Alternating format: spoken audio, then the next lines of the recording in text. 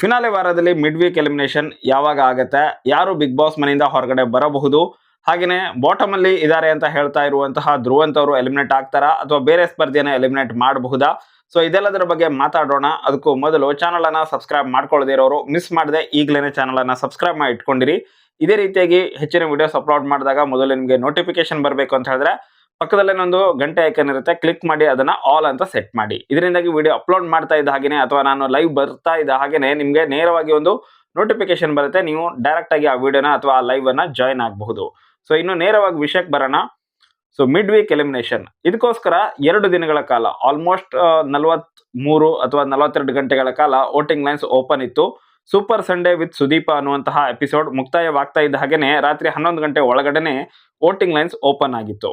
So ಅಲ್ಲಿಂದ ಮಂಗಳವಾರ ಸಂಜೆ, ಅಂದ್ರೆ ನಾನು ವಿಡಿಯೋ ಮಾಡ್ತಾ ಇರೋದು ಮಂಗಳವಾರ ರಾತ್ರಿ, ಸೊ ಮಂಗಳವಾರ ಸಂಜೆ 6 ಗಂಟೆ ತನಕನು, ಅಂದ್ರೆ ಇವತ್ತು ಸಂಜೆ 6 ಗಂಟೆ ತನಕನು ವೋಟಿಂಗ್ ಲೈನ್ಸ್ಗಳು ಓಪನ್ ಇದ್ವು.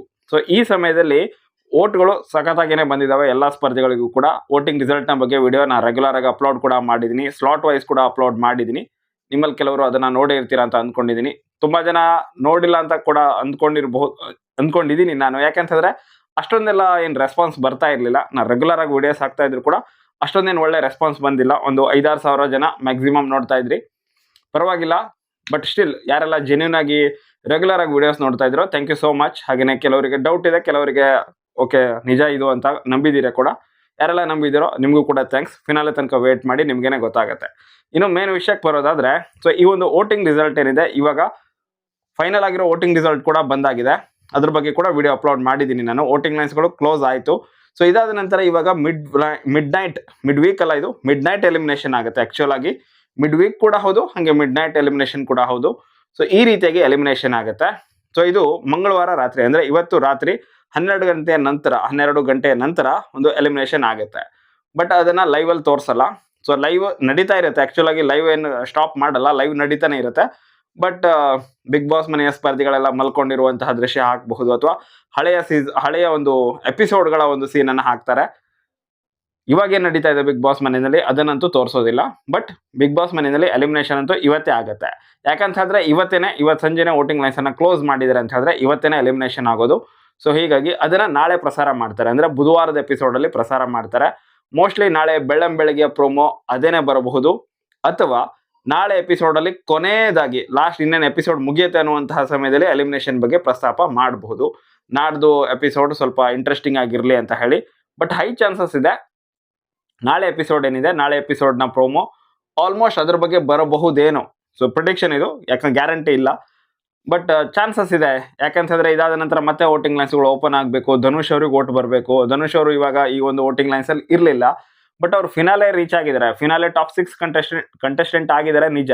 ಬಟ್ ಇವಾಗ ಬಿಗ್ ಬಾಸ್ ಮನೆಯಲ್ಲಿ 7 ಜನ ಸ್ಪರ್ಧಿಗಳಿದ್ರು. ಸೊ ಹೀಗಾಗಿ ಧನುಷ್ ಅವರನ್ನ ಸೇಫ್ ಮಾಡಿ ಉಳಿದಿರೋ 6 ಜನ ಸ್ಪರ್ಧಿಗಳು ಕೂಡ ರೇಸಲ್ಲಿದ್ರು. ಬಟ್ ಮಿಡ್ ನೈಟ್ ಎಲಿಮಿನೇಷನ್ ಆಗ್ತಾ ಇದ್ದ ಹಾಗೇನೆ ಮತ್ತೆ ವೋಟಿಂಗ್ ಲೈನ್ಸ್ ಓಪನ್ ಆಗುತ್ತೆ. ಎಲ್ಲರೂ ಕೂಡ ನಾಮಿನೇಟ್ ಆಗ್ತಾರೆ, ಮತ್ತೆ 6 ಜನ ಕೂಡ ನಾಮಿನೇಟ್ ಆಗ್ತಾರೆ. ಅವರಿಗೆ ಮತ್ತೆ ವೋಟ್ ಬರೋದಕ್ಕೆ ಶುರು ಮಾಡುತ್ತೆ, ಅಥವಾ ನಾವು ವೋಟ್ ಮಾಡಿ ಅವರನ್ನ ಕಾಪಾಡ್ಕೊಳ್ಬೇಕಾಗಿರುತ್ತೆ, ಅಥವಾ ಅವರನ್ನ ನಂಬರ್ 1 ಪ್ಲೇಸಿಗೆ ತಗೊಂಡು ಬರಬೇಕಾಗಿರುತ್ತೆ. ಸೊ ಆ ಸಮಯದಲ್ಲಿ ಮತ್ತೆ ಜಾಸ್ತಿ ವೋಟ್ಗಳು ಬರೋ ಚಾನ್ಸಸ್ ಕೂಡ ಇದೆ. ಸದ್ಯಕ್ಕಂತೂ ಹೆಂಗಿತ್ತು ವೋಟಿಂಗ್ ರಿಸಲ್ಟ್ ಅದರ ಬಗ್ಗೆ ಎಲ್ಲ ಅಪ್ಡೇಟ್ ಮಾಡಿದ್ದೀನಿ. ಸೊ ಅದಕ್ಕೆ ಸಂಬಂಧಪಟ್ಟ ಹಾಗೆ ಒಂದು ಎಲಿಮಿನೇಷನ್ ಆಗುತ್ತೆ ಇವಾಗ. ಸೊ ರೆಗ್ಯುಲರ್ ಆಗಿ ಮಿಡ್ ನೈಟ್ ಅಥವಾ ಮಿಡ್ ವೀಕ್ ಎಲಿಮಿನೇಷನ್ ಏನಿದೆ, ಒಂದು ಸರ್ಪ್ರೈಸಿಂಗ್ ಆಗಿರುವಂತಹ ಒಂದು ಎಲಿಮಿನೇಷನ್ ಆಗಿರೋ ಚಾನ್ಸಸ್ ಏನೇ ತುಂಬಾನೇ ಹೈ ಇರುತ್ತೆ. ಸೊ ವೀಕೆಂಡ್ ಅಲ್ಲಿ ಆಗೋ ಎಪಿಸೋಡ್ ಏನಿದೆ ಆಲ್ಮೋಸ್ಟ್ ರೆಗ್ಯುಲರ್ ಆಗಿ ಆಗುವಂತಹ ಎಲಿಮಿನೇಷನ್ ಆಗಿರುತ್ತೆ. ಬಟ್ ಈ ಒಂದು ಸೀಸನ್ ಅನ್ನು ನೀವು ನೋಡಿದ್ರೆ ಅಂತಹ ಒಂದು ಶಾಕಿಂಗ್ ಎಲಿಮಿನೇಷನ್ ಅಂತ ಆಗಿಲ್ಲ. ಫಾರ್ ಎಕ್ಸಾಂಪಲ್ ಒಂದೇ ಒಂದು ಎಲಿಮಿನೇಷನ್ ಆಗಿದ್ದು, ಅದು ಕಾಕ್ರೋಚ್ ಸುದಿ ಅವರು. ಬಟ್ ಅವರು ಕೂಡ ಅಷ್ಟೊಂದೇನು ಡಿಸರ್ವಿಂಗ್ ಇರಲಿಲ್ಲ. ಸೊ ಹೀಗೆ ಅಂದ್ರೆ ಆ ವಾರದಲ್ಲಿ ಅಷ್ಟೊಂದು ಚೆನ್ನಾಗಿ ಪರ್ಫಾರ್ಮೆನ್ಸ್ ಕೊಟ್ಟಿರಲಿಲ್ಲ. ಆಕ್ಚುಲ್ ಆಗಿ ಕಾಕ್ರೋಚ್ ಸುದಿ ಅವರು ಸಿಕ್ಕಾಪಟ್ಟೆ ಡಿಸರ್ವಿಂಗ್ ಇದ್ದಾರೆ, ಬಟ್ ಅವರು ಅಷ್ಟೊಂದು ಪೊಟೆನ್ಷಿಯಲ್ ಅನ್ನ ತೋರಿಸೇ ಇಲ್ಲ ಬಿಗ್ ಬಾಸ್ ಮನೆಯಲ್ಲಿ. ಸೊ ಅವರ ಒಂದು ರಿಯಲ್ ಪೊಟೆನ್ಷಿಯಲ್ ಅನ್ನ ಹೈಡ್ ಮಾಡಿಬಿಟ್ರ ಅಥವಾ ಎಲ್ಲೋ ಕಳೆದು ಹೋದ್ರು ಅಂತ ಕಾಣಿಸುತ್ತೆ. ಇಲ್ಲ ಅಂತಂದ್ರೆ ಅವರ ರಿಯಲ್ ಪೊಟೆನ್ಷಿಯಲ್ಗೆ ಫಿನಾಲೆ ತನಕ ಬರುವಂತಹ ಕಂಟೆಸ್ಟೆಂಟ್ ಅವರಾಗಿದ್ರು. ಬಟ್ ಅನ್ಫಾರ್ಚುನೇಟ್ಲಿ ಹೊರಗಡೆ ಹೋಗಿದ್ದಾರೆ. ಸೊ ಅದೇ ರೀತಿಯಲ್ಲಿ ಇವಾಗ ಮತ್ತೊಂದು ಸ್ಪರ್ಧಿ ಆ ರೇಂಜಿಗಲ್ಲ ಮತ್ತು ಹೈ ಲೆವೆಲ್ ಅಲ್ಲಿ ಶಾಕಿಂಗ್ ಅನ್ನೋ ರೀತಿಯಲ್ಲೇ ಎಲಿಮಿನೇಷನ್ ಇಂದ ಹೊರಗಡೆ ಬರೋ ಚಾನ್ಸಸ್ ತುಂಬಾನೇ ಹೈ ಇದೆ. ಸ್ಪೆಷಲ್ ಆಗಿ ಮಿಡ್ ನೈಟ್ ಅಲ್ಲಿ ಆಗುವಂತಹ ಎಲಿಮಿನೇಷನ್ ಏನಿದೆ, ಸೊ ಶಾಕಿಂಗ್ ಎಲಿಮಿನೇಷನ್ ಆಗಿರೋ ಚಾನ್ಸಸ್ ಜಾಸ್ತಿ ಇರುತ್ತೆ. ಇದಕ್ಕೆ ಬೆಸ್ಟ್ ಎಕ್ಸಾಂಪಲ್ ಅಂತ ಹೇಳಿದ್ರೆ ಶೈನ್ ಶೆಟ್ಟಿ ಅವರು ಇದ್ದಂತಹ ಸೀಸನ್ ಅಲ್ಲಿ ಇಲ್ಲಿ ಹರೀಶ್ ರಾಜ್ ಅವರು ಎಲಿಮಿನೇಷನ್ ಆದಂತಹ ರೀತಿ. ಸೊ ಅವರು ಆಕ್ಚುಲ್ ಆಗಿ ತುಂಬಾನೇ ಚೆನ್ನಾಗಿ ಆಡ್ತಾ ಇದ್ರು, ಅವರನ್ನ ಎಲಿಮಿನೇಟ್ ಮಾಡಲಾಗಿತ್ತು. ಅದು ಕೂಡ ಒಂದು ಕ್ರೇನ್ ಮೂಲಕ ಅವರನ್ನ ಅಲ್ಲಿಂದ ಹೊರಗಡೆ ತೆಗೆದುಕೊಂಡು ಬರಲಾಗಿತ್ತು. ಬಿಗ್ ಬಾಸ್ ಮನೆ ಒಳಗಿಂದ ನೇರವಾಗಿ ಕಂಪೌಂಡಿಂದ ಆಚೆನೆ ಕರ್ಕೊಂಡು ಹೋಗಿದ್ರು. ಸೊ ಆ ರೇಂಜಲ್ಲೇ ಈ ಸಲ ಏನೋ ಬೇರೆದಾಗಿ ಪ್ಲಾನ್ ಮಾಡಬಹುದು. ಆಲ್ರೆಡಿ ಬಿಗ್ ಬಾಸ್ ಮನೆ ಒಳಗಡೆ ಕಾರ್ ಬಂದು ಹೋಗಾಗಿದೆ. ಸೊ ಹೀಗಾಗಿ ಡಿಫ್ರೆಂಟ್ ಆಗಿ ಒಂದು ಎಲಿಮಿನೇಷನ್ ಅಂತೂ ಮಾಡೇ ಮಾಡ್ತಾರೆ. ಸೊ ಇದ್ರ ಬಗ್ಗೆ ನಾನೊಂದು ವಿಡಿಯೋ ಕೂಡ ಮಾಡಿದ್ದೆ ಈ ಹಿಂದೆ, ಕ್ರೇನ್ ಮೂಲಕ ಎಲಿಮಿನೇಷನ್ ಆಗಿತ್ತು ಅಂತ ಹೇಳಿ. ತುಂಬಾ ಜನ ಹೆಲಿಕಾಪ್ಟರ್ ಕರ್ಸ್ಬೋದೇನೋ ಈ ಸಲ ಅಂತ ಹೇಳ್ತಾ ಇದ್ರಿ. ಆ ರೇಂಜಿಗೆಲ್ಲ ಇರಲ್ಲ, ಬಟ್ ಏನೋ ಒಂದು ಡಿಫ್ರೆಂಟ್ ಆಗಂತೂ ಮಾಡೇ ಮಾಡ್ತಾರೆ 100%, ಅದಂತೂ ಪಕ್ಕ. ಬಟ್ ಒಂದು ಶಾಕಿಂಗ್ ಎಲಿಮಿನೇಷನ್ ಆಗೋ ಚಾನ್ಸಸ್ ತುಂಬಾನೇ ಹೈ ಇದೆ. ಬಟ್ ನನಗನ್ಸೋದು ಶಾಕಿಂಗ್ ಎಲಿಮಿನೇಷನ್ ಅವಶ್ಯಕತೆ ಇಲ್ಲ, ಧ್ರುವಂತ್ ಅವರನ್ನ ಮನೆ ಕಳಿಸಿದ್ರೆ ಒಳ್ಳೇದು ಅಂತ ನನ್ನ ಅನಿಸಿಕೆ.